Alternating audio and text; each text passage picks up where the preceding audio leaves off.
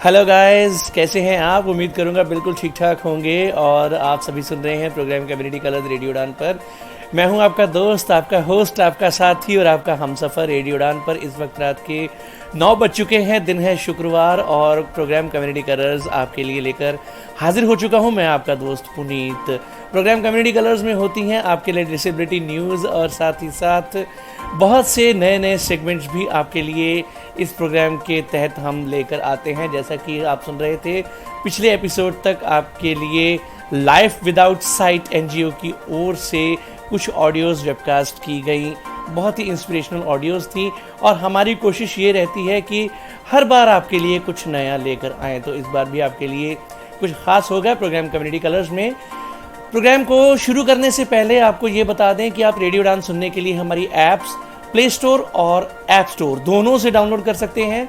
PC के लिए हमारी विनैम्प प्लेलिस्ट अवेलेबल है। इसके साथ ही साथ बहुत सारी थर्ड पार्टी ऐप्स पर भी, जैसे गूगल होम, एलेक्सा और रिनोवा म्यूज़िक या दूसरे iTunes जैसे दूसरे रेडियो स्टेशन ऐप्स पर भी रेडियो उड़ान अवेलेबल है। तो बहुत सारे माध्यमों से आप रेडियो उड़ान सुन सकते हैं।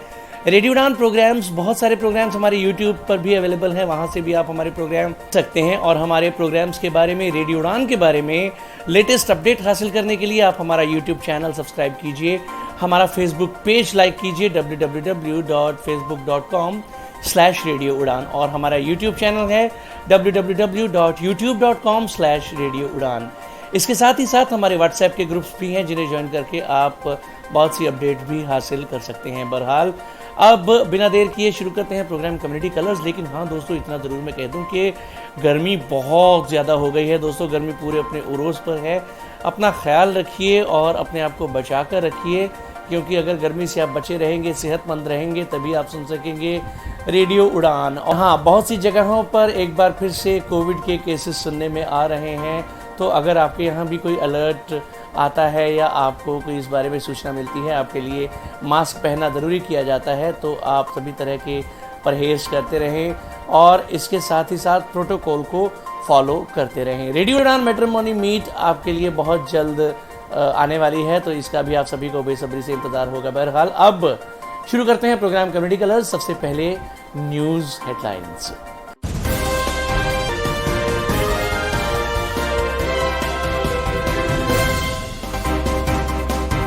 दिल्ली उच्च न्यायालय ने एम्स को इलाज शुरू करने से पहले डीएमडी मरीजों के मेडिकल रिकॉर्ड्स की जांच करने को कहा। डेफ ओलंपिक्स में भारत की चमक बरकरार। धनुष प्रियशा ने भारत की शूटिंग गोल्ड रश को बढ़ाया। दिल्ली यूनिवर्सिटी के वाइस चांसलर ने आरक्षित श्रेणियों के तहत छात्रों के नामांकन में कमी पर गौर करने का आग्रह किया।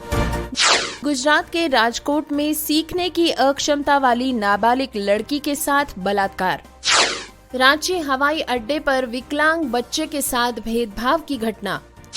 इंडिगो हैंडलिंग और स्पेशल नीड्स चाइल्ड केस की जांच कर रहे हैं मंत्री ज्योतिरादित्य सिंधिया।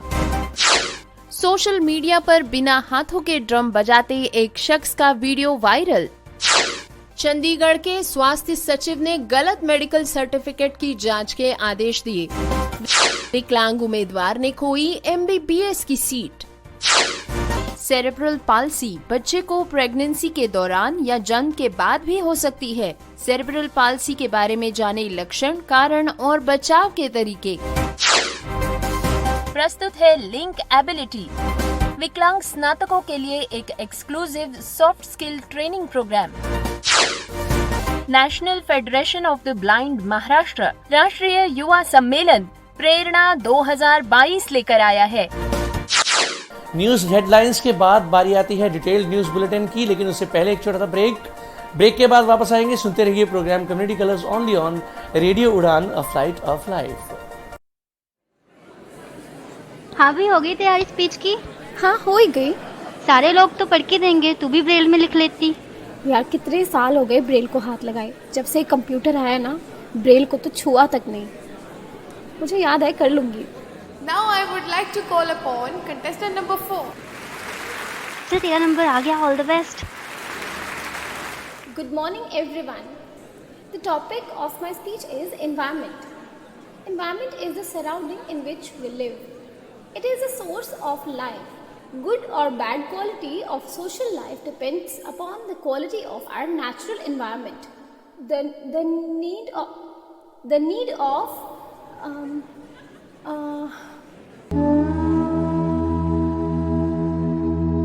काश आपने समय पर ब्रेल सीख ली होती तो आज इतनी परेशानियों का सामना न करना पड़ता। ब्रेल दृष्टिबाधितों के लिए उतनी ही महत्वपूर्ण और आवश्यक है जितनी कि टेक्नोलॉजी। ब्रेल इज अ की towards independent life for the blind. Radio उड़ान द्वारा जनहित में जारी।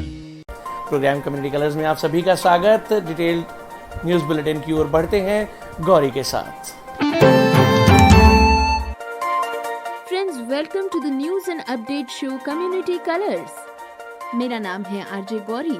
अब तक शो में हम सुन चुके हैं हेडलाइंस, अब बारी है खबरें विस्तार से सुनने की। आइए सुनते हैं न्यूज बुलेटिन।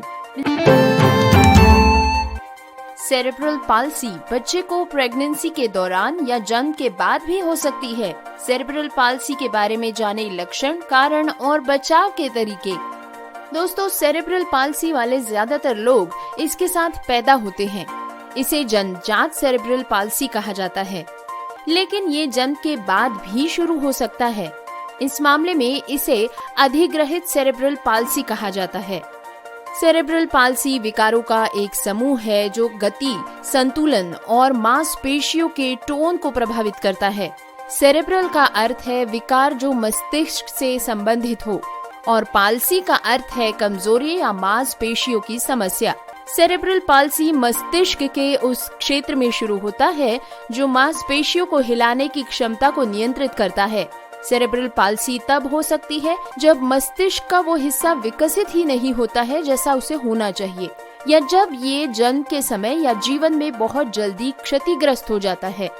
सेरेब्रल पाल्सी वाले ज्यादातर लोग इसके साथ पैदा होते हैं। इसे जन्मजात सेरेब्रल पाल्सी कहा जाता है, लेकिन ये जन्म के बाद भी शुरू हो सकता है। इस मामले में इसे अधिग्रहित सेरेब्रल पाल्सी कहा जाता है। सेरेब्रल पाल्सी वाले लोगों को मांसपेशियों पर कंट्रोल के साथ हल्की समस्याएं हो सकती हैं, या ये इतना गंभीर हो सकता है कि वे चल भी नहीं सकते। सीपी वाले कुछ लोगों को बोलने में कठिनाई होती है, अन्य में बौद्धिक अक्षमता हो सकती है, जबकि कई के पास सामान्य बुद्धि होती है। आइए जानते हैं सेरेब्रल पाल्सी का कारण क्या है। कुछ समस्याएं जो मस्तिष्क को नुकसान पहुंचा सकती है या उसके विकास को बाधित कर सकती है, उनमें शामिल है बच्चे के गर्भ में जन्म के दौरान या बाद में मस्तिष्क में रक्तस्राव, महत्वपूर्ण अंगों में ब्लड फ्लो की कमी, जन्म के समय या जीवन के पहले महीने में दौरे पड़ना, कुछ आनुवंशिक स्थितियां, दर्दनाक मस्तिष्क की चोटें। सेरेब्रल पाल्सी के लक्षण क्या हैं? सेरेब्रल पाल्सी के लक्षण और संकेत एक व्यक्ति से दूसरे व्यक्ति में भिन्न हो सकते हैं। सेरेब्रल पाल्सी पूरे शरीर को प्रभावित कर सकती है, या ये मुख्य रूप से एक या दो अंगों या शरीर के एक तरफ तक सीमित हो सकती है। आमतौर पर संकेतों और लक्षणों में मूवमेंट और कोऑर्डिनेशन, स्पीच और खाने में परेशानी जैसी समस्याएं शामिल होती हैं। आइए जानते हैं मूवमेंट और कोऑर्डिनेशन में किस तरह के प्रॉब्लम्स हो सकते हैं। सख्त मांसपेशियां सबसे आम मूवमेंट डिसऑर्डर है। मांसपेशियों की टोन में बदलाव, जैसे या तो बहुत सख्त या बहुत ही फ्लॉपी होना। सामान्य सजगता के साथ कठोर मांसपेशियां, संतुलन और मांसपेशियों के कोऑर्डिनेशन की कमी, झटके या झटकेदार अनैच्छिक गतिविधियां, धीमी गति से चलने वाली हरकतें, शरीर के सिर्फ एक साइड का काम करना, जैसे कि केवल हाथ से पहुंचना या रेंगते समय पैर खींचना, चलने में कठिनाई, कपड़े बटन करना या बर्तन उठाने में कठिनाई। आइए अब जानते हैं सेरेब्रल पाल्सी से बचाव कैसे करें।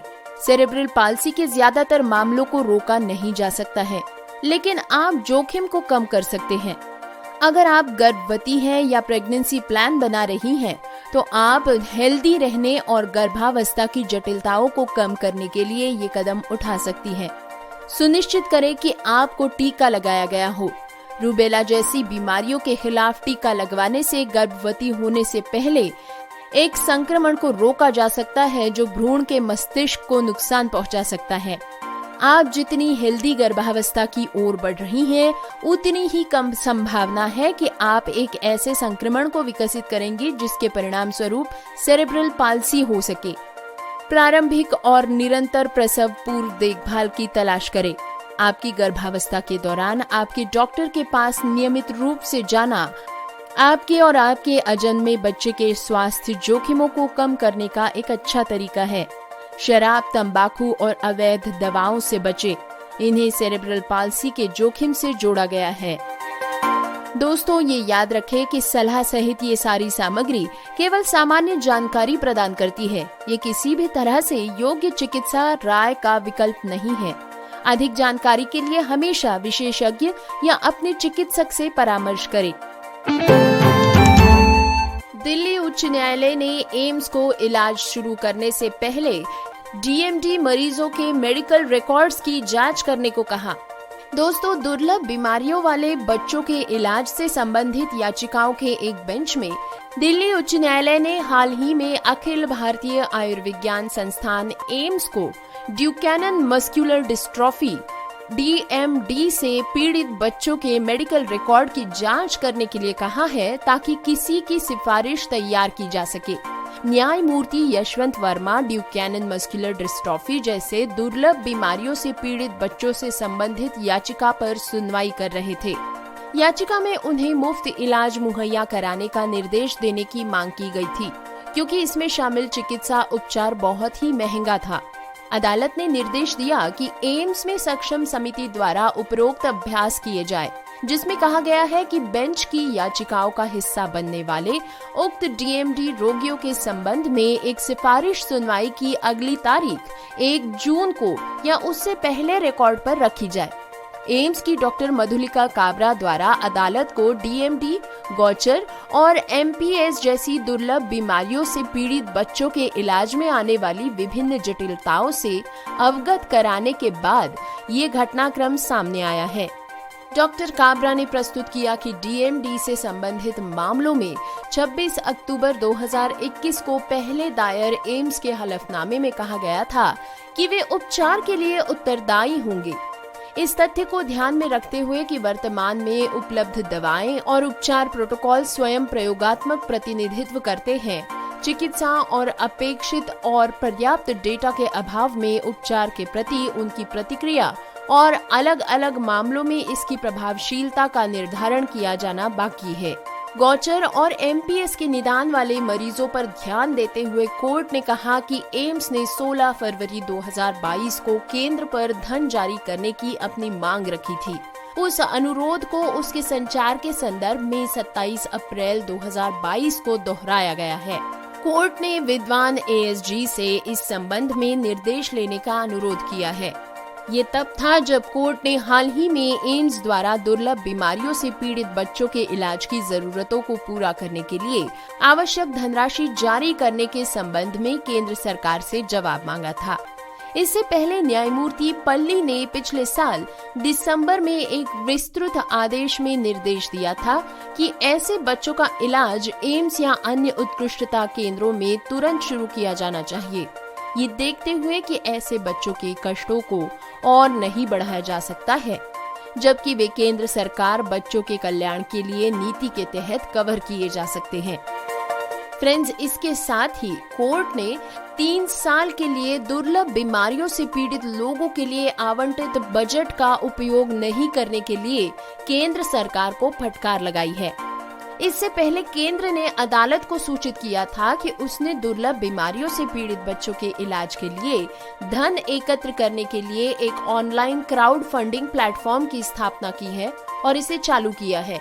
पिछले साल जुलाई में केंद्रीय स्वास्थ्य और परिवार कल्याण मंत्रालय को दुर्लभ बीमारियों से पीड़ित बच्चों के इलाज के लिए धन इकट्ठा करने के लिए तुरंत एक समर्पित ऑनलाइन क्राउड फंडिंग प्लेटफॉर्म शुरू करने का निर्देश दिया था। कोर्ट ने ये भी कहा था कि केवल एक दवा या इलाज की अत्यधिक कीमत के कारण दुर्लभ बीमारी से पीड़ित बच्चों को इलाज से वंचित नहीं किया जा सकता है। डेफलिम्पिक्स में भारत की चमक बरकरार। धनुष प्रियशा ने भारत की शूटिंग गोल्ड रश को बढ़ाया।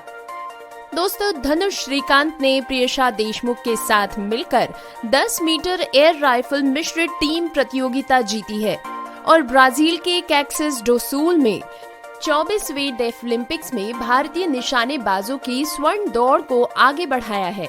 प्रतियोगिता के छठे दिन निशानेबाजी करते हुए धनुष और प्रियशा ने स्वर्ण पदक के मैच में जर्मनी के सेबेस्टियन हेरमन और सबरीना एकर्ट को 16-10 से हराया।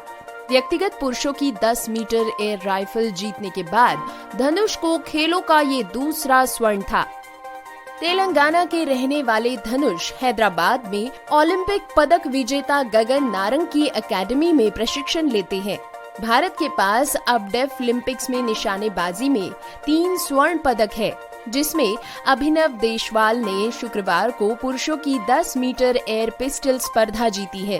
पुरुषों की 10 मीटर एयर राइफल में शौर्य सैनी और महिलाओं की 10 मीटर एयर पिस्टल में वेदिका शर्मा ने अकेले निशानेबाजी से कुछ 5 पदक जीतकर भारत के पास 2 कांस्य पदक शामिल किए हैं। शौर्य और Natasha Joshi 10 metre air rifle मिश्रित टीम प्रतियोगिता में दूसरी भारतीय जोड़ी ने कांस्य पदक मैच में जगह बनाई, लेकिन अलेक्जेंडर कोस्तिक और वायलेट लाइकोवा की 8-16 से हार गए।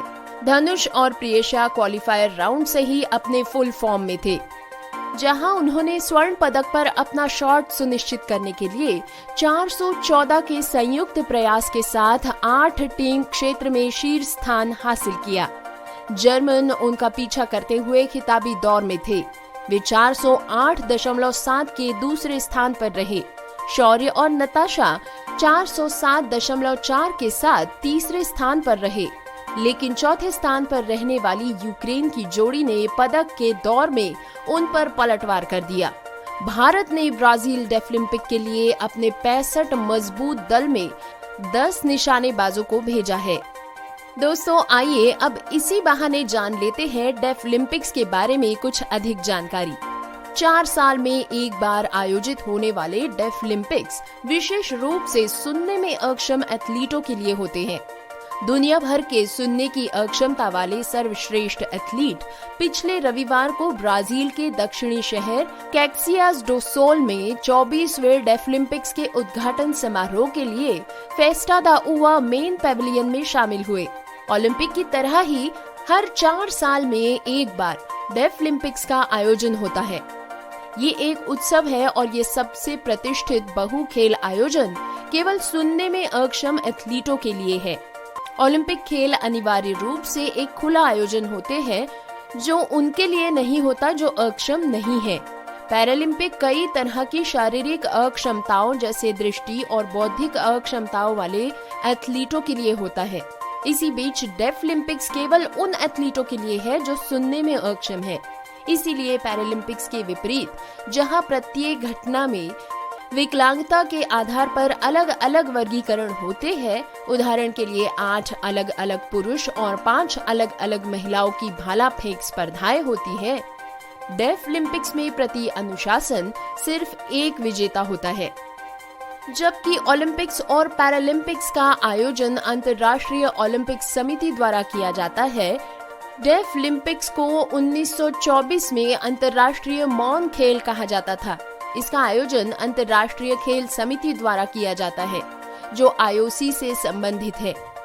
इसे सुनने में अक्षम लोगों के लिए विश्व के खेल कहा जाता था और डेफलिम्पिक्स का वर्तमान नाम डेफलिम्पिक्स 2001 में आया था। आयोजन समितियों को योग्य दुभाषियों की एक टीम प्रदान करने की भी आवश्यकता होती है, जिन्हें हर खेलने वाली टीम को सौंपा जाता है। डेफलिम्पिक्स वेबसाइट के अनुसार एक सुनने में अक्षम एथलीट को बेहतर कान में कम से कम 50 डेसिबल की सुनवाई की हानि माने के 500, 1000 और 2000 हर्ट्ज की 3 टोन आवृत्ति औसत के साथ एक व्यक्ति के रूप में परिभाषित किया गया है।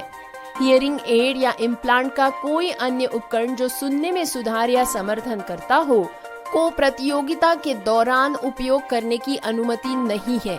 सुनने की अक्षमता को देखते हुए एथलीट्स और तैराकी दौड़ जैसे आयोजनों के लिए गोलियों की बौछार का इस्तेमाल भी नहीं किया जाता है।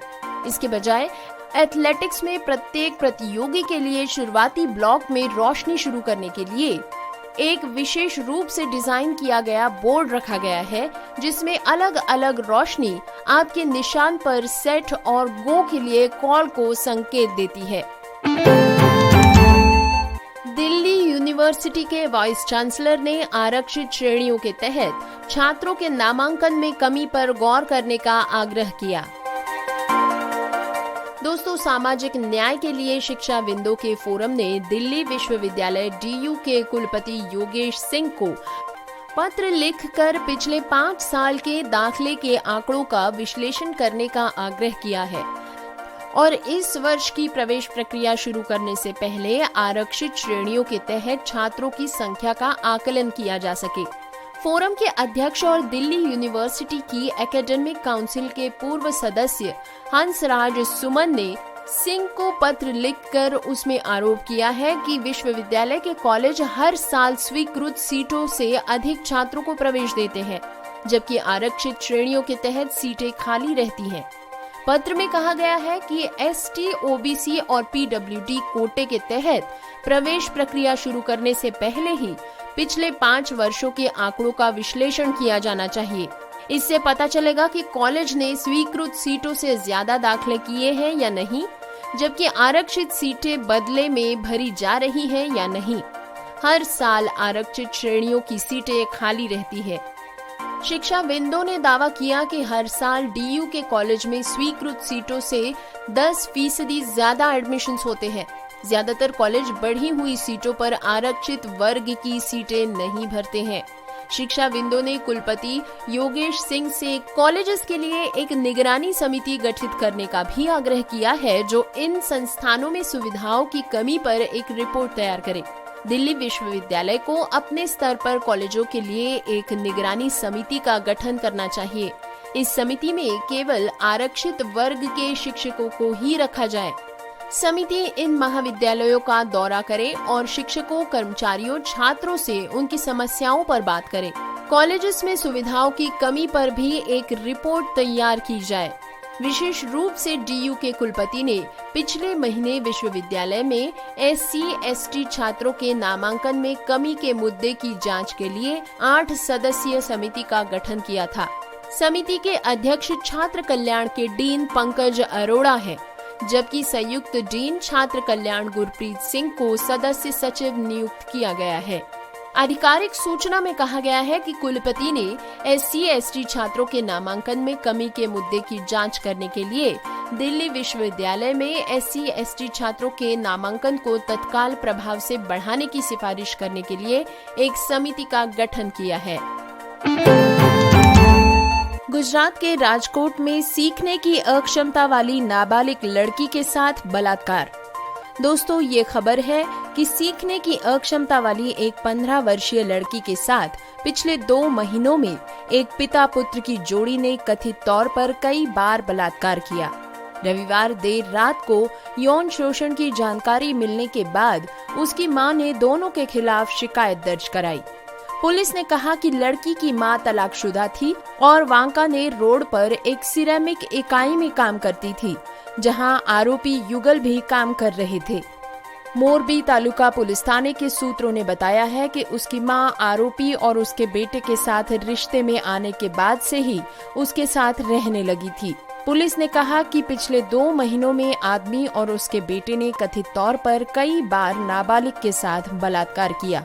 जांच अधिकारी PL पटेल ने बताया कि हमने लड़की को मेडिकल जांच के लिए भेज दिया है और बलात्कार पीड़िता की मां द्वारा दर्ज कराई शिकायत के आधार पर दोनों आरोपियों को हिरासत में ले लिया है। रांची हवाई अड्डे पर विकलांग बच्चे के साथ भेदभाव की घटना।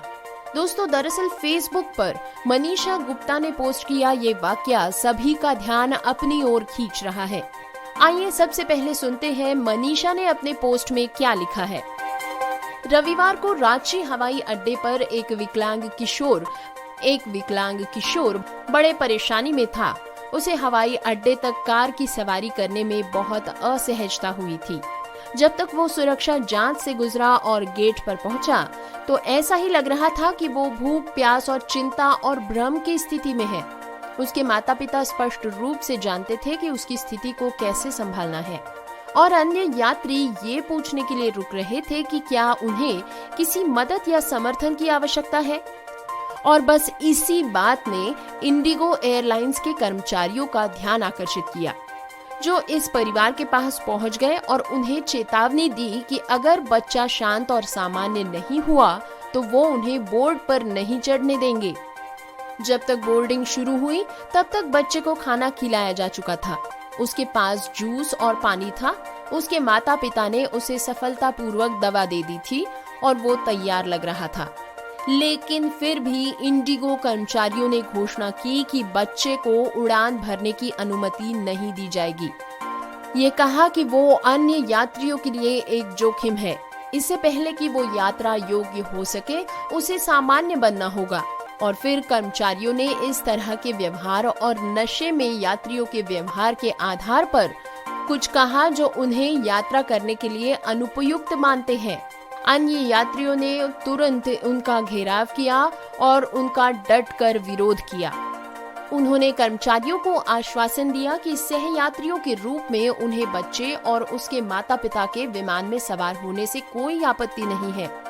कई लोगों ने इंडिगो एयरलाइंस की वेबसाइट पर जाकर इंडिगो प्रबंधक को नियम पुस्तिका में संबंधित बयानों के साथ अपने निर्णय की जांच करने की चुनौती दी।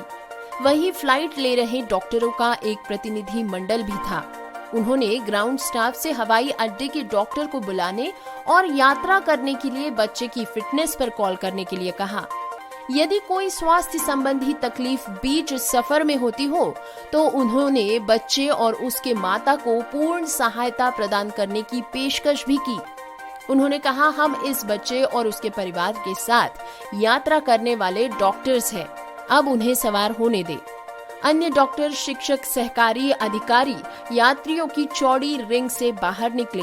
उन्होंने अपने मोबाइल फोन को समाचार लेखों, ट्विटर पोस्ट के साथ सर्वोच्च न्यायालय के निर्णयों पर रखा कि कैसे कोई एयरलाइंस विकलांग यात्रियों के साथ भेदभाव नहीं कर सकती है। उसी वक्त इंडिगो मैनेजर चिल्ला रहा था और सभी को बता रहा था कि बच्चा बेकाबू है और दहशत की स्थिति में है।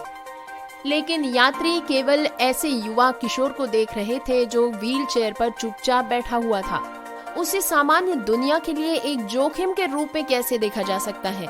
एक महिला यात्री ने जवाब दिया कि वो एकमात्र व्यक्ति है जो दहशत में है।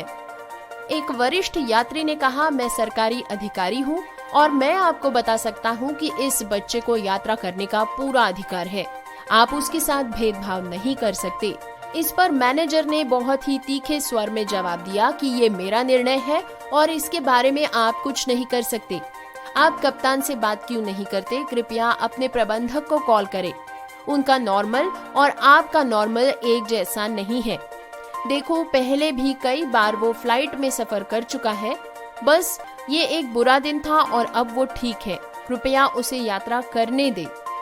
दोस्तों, धमकियां, दलीलें, संवाद, बातचीत, अनुरोध में हाथ जोड़कर माता पिता और यात्रियों के सर्कल से कुछ भी उस व्यक्ति के चेहरे पर काम नहीं कर रहा था जिसने कल शाम को एक बच्चे को बाहर करने के लिए अपनी शक्ति का पूरी तरह से प्रयोग करने का मन बना लिया था। फिर इन सब के अंत में रांची से हैदराबाद के लिए इंडिगो की उड़ान 3 साहसी भारतीयों को बोर्डिंग टर्मिनल पर छोड़ गई, जो शायद प्यार और सम्मान के लिए लड़ रहे थे। सुरक्षा गार्ड ने बोर्डिंग गेट को लोहे के पैडलेट और जंजीरों से बंद कर दिया और सुरक्षित कर दिया। अन्य यात्री धीरे धीरे अपनी उड़ान पकड़ने के लिए तितर बितर हो गए। देर रात हो चुकी थी और शायद यह आखिरी उड़ान थी। उन 45 मिनटों के तर्क वितर्क, क्रोध और प्रतिद्वंद्विता में माता पिता ने एक बार भी अपनी गरिमा नहीं खोई, क्रोधित नहीं हुए, यहाँ तक के तर्कहीन शब्दों का प्रयोग भी नहीं किया।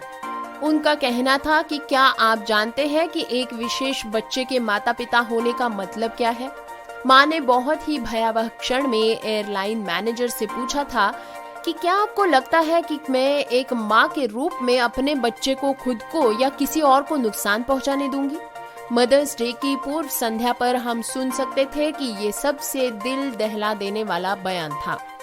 सच तो ये है कि भारत माताओं या बच्चों का देश नहीं है। विशेष बच्चों पर ध्यान देने वाली माताओं के लिए कोई अलग देश नहीं होता है।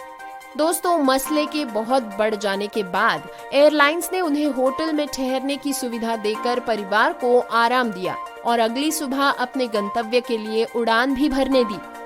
यात्रियों को हुई असुविधा के लिए माफी मांगी और ये भी बताया कि इंडिगो एक समावेशी संगठन होने पर गर्व करता है, चाहे वो कर्मचारियों के लिए हो या उसके ग्राहकों के लिए। और 75,000 से भी अधिक विकलांग यात्री हर महीने इंडिगो के साथ उड़ान भरते हैं, ये बात भी साझा की। घटना का खुलासा सबसे पहले मनीषा गुप्ता नाम की एक साथी यात्री की फेसबुक पोस्ट से हुआ, जो हमने अभी अभी सुनी। इससे घटना सोशल मीडिया पर वायरल हो गई। गुप्ता ने लिखा कि जब बच्चा हवाई अड्डे की यात्रा के बाद असहज महसूस कर रहा था और शुरू में उस पर प्रतिक्रिया दे रहा था, तब से उसके माता पिता ने उसे खाना खिलाया, उसे अपनी दवा दी और शांत किया। Indigo handling of special needs child case की जांच कर रहे हैं मंत्री ज्योतिरादित्य सिंधिया। दोस्तों, रविवार को रांची हवाई अड्डे से एक विकलांग बच्चे को बोर्ड करने की अनुमति नहीं देने के लिए इंडिगो को अब भारी प्रतिक्रियाओं का सामना करना पड़ रहा है। उड्डयन मंत्री ज्योतिरादित्य सिंधिया ने सोमवार को इंडिगो एयरलाइंस को रांची हवाई अड्डे पर अपने परिवार के साथ एक उड़ान में विशेष आवश्यकता वाले बच्चे को सवार नहीं होने देने पर एक तीखी प्रतिक्रिया के बाद चेतावनी दी है। मंत्री ने ट्विटर पर लिखा है कि इस तरह के व्यवहार के प्रति जीरो टॉलरेंस है। किसी भी इंसान को इससे गुजरना नहीं चाहिए। मैं मामले की खुद जांच कर रहा हूं, जिसके बाद उचित कार्रवाई भी की जाएगी।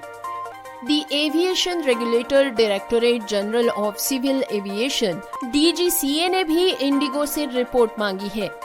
ये कार्रवाई तब हुई है जब परिवार की पीड़ादायक घटना सोशल मीडिया पर व्यापक रूप से साझा की गई, जिससे बड़े पैमाने पर आक्रोश फैल गया था।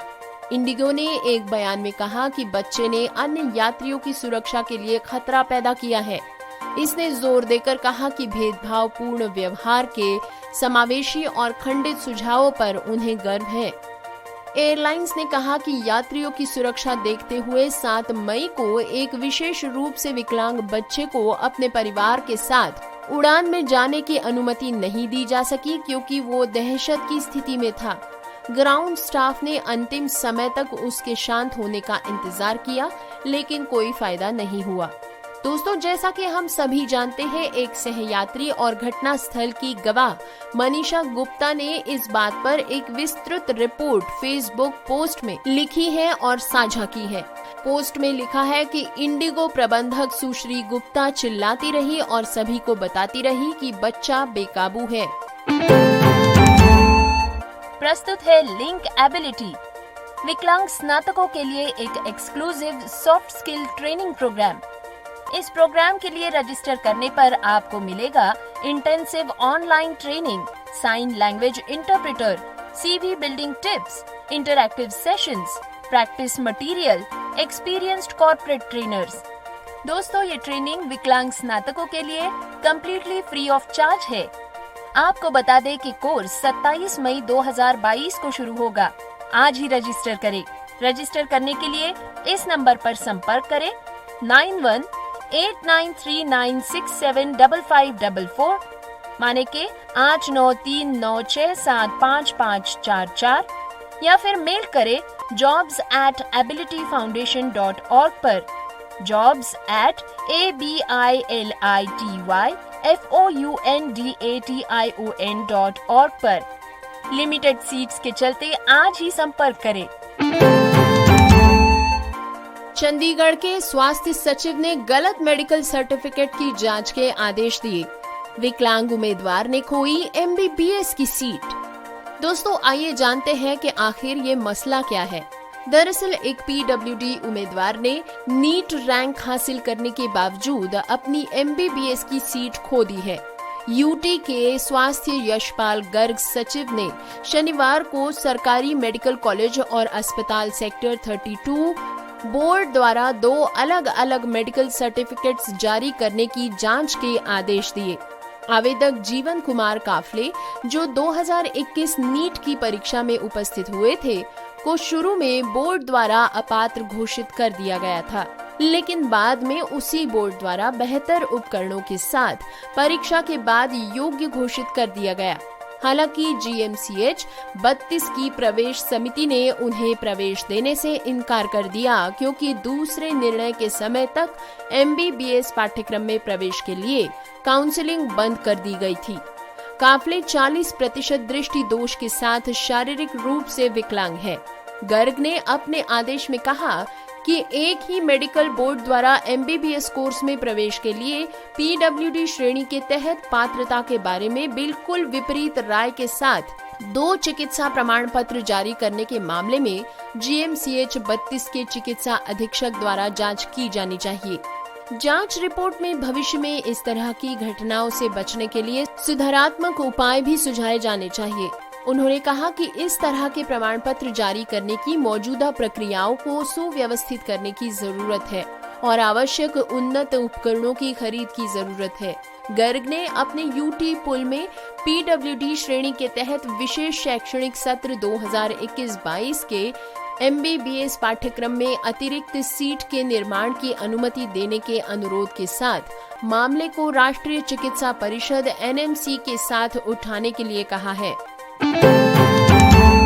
National Federation of the Blind Maharashtra आपके लिए पूरे भारत से दृष्टिबाधित लड़कियों के लिए पहली बार राष्ट्रीय युवा सम्मेलन प्रेरणा 2022 लेकर आया है। ये सम्मेलन 4 और 5 जून 2022 को आलंदी, पुणे में आयोजित किया जा रहा है।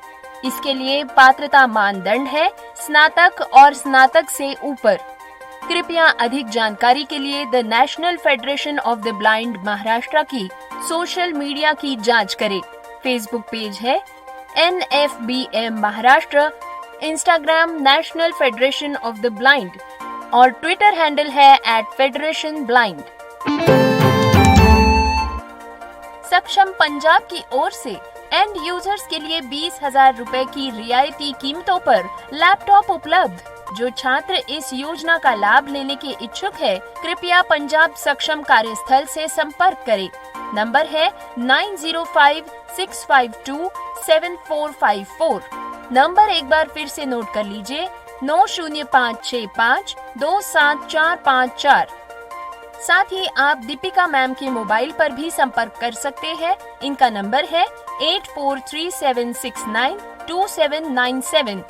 याद रहे, नंबर है 8437692797। सोशल मीडिया पर बिना हाथों के ड्रम बजाते एक शख्स का वीडियो वायरल। दोस्तों, सोशल मीडिया पर इन दिनों दिल को छू लेने वाला एक वीडियो वायरल हो रहा है, जिसमें एक व्यक्ति दिव्यांग होने के बावजूद अपनी प्रतिभा का लोहा मनवा रहा है। वीडियो में दिव्यांग व्यक्ति की हिम्मत को देख युवा लोग उससे सीख लेने की सलाह दे रहे हैं। एक यूजर ने लिखा है, खुद ही को कर बुलंद इतना कि खुदा खुद बंदे से पूछे कि बोल तेरी रजा क्या है। दोस्तों, अक्सर सोशल मीडिया पर छाए कुछ वीडियो दिल को छू जाते हैं। कई बार ये आपकी हिम्मत बन जाते हैं, तो कभी आपके हौसले को बुलंद कर देते हैं। इन्हीं में से एक वीडियो आज हम आपके साथ साझा कर रहे हैं, जो सोशल मीडिया पर एक अलग ही मिसाल पेश कर रहा है। वो कहते हैं ना, जहाँ चाह है वहाँ राह है। ये बात बिल्कुल सटीक लगती है। ऐसे कई लोग हैं जो सपने या अपने दिल के अरमान पूरे ना होने पर टूट जाते हैं, खुद को कमजोर समझ अंधेरे में खोने लगते हैं। ऐसे लोगों के लिए आशा की किरण दिखाता ये वीडियो सचमुच प्रेरणादायक साबित हो सकता है। डिटेल्ड न्यूज बुलेटिन आप सुन रहे थे आरजे गौरी के साथ प्रोग्राम कम्युनिटी कलर्स में। प्रोग्राम कम्युनिटी कलर्स के बारे में अपना फीडबैक भी आप हमें दे सकते हैं। प्रोग्राम के बारे में फीडबैक देने के लिए जितने माध्यम आपको प्रोग्राम की शुरुआत में बताए गए हैं, उन सब के जरिए आप अपने फीडबैक्स हम तक पहुंचा सकते हैं। बहरहाल इस बार एक प्रोग्राम में आपके लिए हम खास चीज़ लेकर हाजिर हैं। कुछ दिन पहले रेडियो उड़ान और उड़ान एम्पावरमेंट ट्रस्ट के महासचिव यानी जनरल सेक्रेटरी दानिश महाजन जी को दीप स्तंभ फाउंडेशन की ओर से जलगांव में सम्मानित किया गया था। इस अवसर पर उन्होंने एक मोटिवेशनल स्पीच वहां दी थी, 2 इश्यूज को उठाया था, जिसकी ऑडियो आज हम आपके साथ साझा कर रहे हैं। हमारे कई प्रोजेक्ट्स चलते हैं, लेकिन वो हम बाद में बात करेंगे, क्योंकि मैं भी महाजन हूं, एक अपॉर्चुनिटी है तो उसको यूज कर लेता हूं। तो एक तो विनय सर, आपसे एक विनती है, देखिए कोई भी समाज तब तक प्रगति नहीं कर सकता जब तक उसकी रिप्रेजेंटेशन ना हो। देखिए पार्लियामेंट में, राज्यसभा में हर वर्ग की रिप्रेजेंटेशन है, इनफैक्ट एंग्लो इंडियन की भी रिप्रेजेंटेशन है, लेकिन पर्सन्स विद डिसेबिलिटी की कोई रिप्रेजेंटेशन नहीं है। जबकि एंग्लो इंडियन की पॉपुलेशन आप देखिए कितनी होगी, और पर्सन्स विद डिसेबिलिटीज की पॉपुलेशन आप देखिए कितनी है।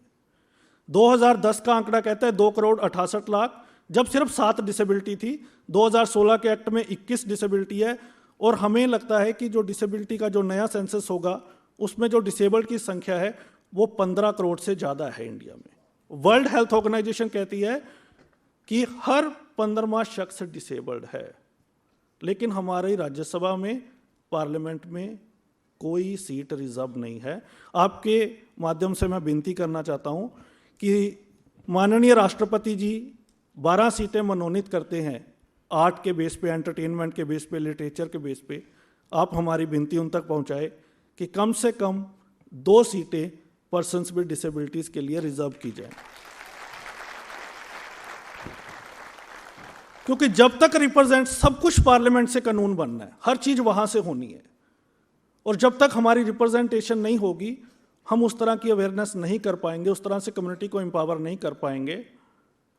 देखिए, we are proud of our constitution, there is no doubt about that, लेकिन देख लीजिए आर्टिकल 14 जिसमें यह कहा गया कि किसी के साथ लिंग के बेस पे डिस्क्रिमिनेशन नहीं होगा, धर्म के बेस पे नहीं होगा, जात पे नहीं होगा, लेकिन विकलांगता शब्द वहां भी मिसिंग था, जबकि आजादी के टाइम पे सबसे ज्यादा विकलांग थे।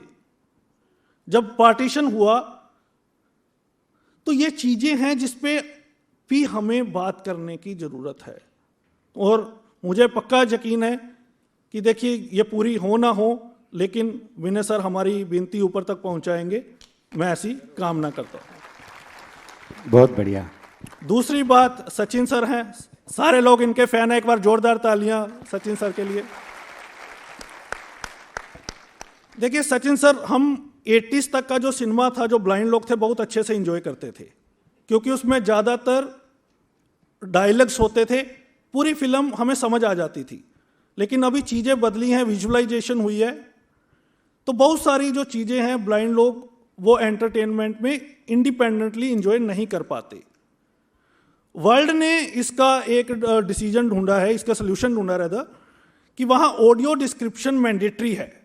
अगर आप नेटफ्लिक्स यूज़ करते हैं तो वहाँ ऑडियो डिस्क्रिप्शन का फंक्शन आता है, तो जो भी मूवी चलती है तो साथ साथ में उसकी ऑडियो डिस्क्रिप्शन आती है, जिसके कारण हम आप जैसे महान कलाकारों को सुनने से वंचित नहीं रहते, अगर ये हो जाता है तो। नहीं तो आर्ट एंटरटेनमेंट ये एक बहुत बड़ी कमी को दूर करता है, तो उससे हम लोग वंचित हो जाते हैं, क्योंकि इससे कई लोग डिप्रेशन से बाहर आते हैं, एक एंटरटेनमेंट हो जाता है, और बॉलीवुड तो सबका दोस्त है ही है। तो अगर ये हो जाए तो जब हम मूवी बनाते हैं, और कुछ मूवीज आई भी हैं जैसे तारे जमीन पर, ब्लैक मूवी है, बहुत सारी मूवी भी आई हैं, लेकिन कंसिस्टेंसी नहीं है। और एक रिसर्च में कहा गया कि जब बिगिनिंग में हम कोई मूवी बनाते हैं और उसी टाइम ऑडियो डिस्क्रिप्शन करवा लेते हैं तो बहुत नॉमिनल उसके ऊपर खर्चा आता है, लेकिन जब बन जाती है फिर उसके बाद काफ़ी चैलेंजेस आते हैं। तो उम्मीद करते हैं प्रोग्राम कम्युनिटी कलर्स आपको पसंद जरूर आया होगा। प्रोग्राम के बारे में अपनी राय, अपना फीडबैक, अपने सजेशंस हमें जरूर देते रहिए। हाँ, आप भी प्रोग्राम कम्युनिटी कलर्स में अपना कोई समाचार, न्यूज़ भेजना चाहते हैं तो हमें भेजिए। मेल आईडी है danish.mahajan88@gmail.com या puneetsoni20@gmail.com। यहाँ पर आप अपने समाचार, न्यूज़ हमें भेज सकते हैं। हम उन न्यूज़ को वेरीफाई करेंगे और इसके बाद प्रोग्राम कम्युनिटी कलर्स में वेबकास्ट करने की कोशिश करेंगे। बहरहाल प्रोग्राम में चलते चलते न्यूज़ हेडलाइंस एक बार फिर।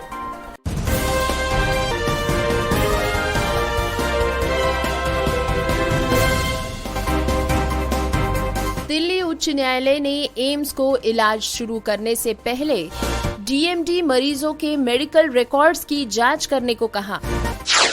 डेफ ओलंपिक्स में भारत की चमक बरकरार, धनुष प्रियशा ने भारत की शूटिंग गोल्ड रश को बढ़ाया। दिल्ली यूनिवर्सिटी के वाइस चांसलर ने आरक्षित श्रेणियों के तहत छात्रों के नामांकन में कमी पर गौर करने का आग्रह किया। गुजरात के राजकोट में सीखने की अक्षमता वाली नाबालिग लड़की के साथ बलात्कार। रांची हवाई अड्डे पर विकलांग बच्चे के साथ भेदभाव की घटना। Indigo handling of special needs child case की जांच कर रहे हैं मंत्री ज्योतिरादित्य सिंधिया। सोशल मीडिया पर बिना हाथों के ड्रम बजाते एक शख्स का वीडियो वायरल। चंडीगढ़ के स्वास्थ्य सचिव ने गलत मेडिकल सर्टिफिकेट की जांच के आदेश दिए। विकलांग उम्मीदवार ने खोई एमबीबीएस की सीट। सेरेब्रल पाल्सी बच्चे को प्रेगनेंसी के दौरान या जन्म के बाद भी हो सकती है। सेरेब्रल पाल्सी के बारे में जाने लक्षण, कारण और बचाव के तरीके। प्रस्तुत है लिंक एबिलिटी, विकलांग स्नातकों के लिए एक exclusive soft skill training programme. National Federation of the Blind Maharashtra राष्ट्रीय युवा सम्मेलन प्रेरणा 2022 लेकर आया है।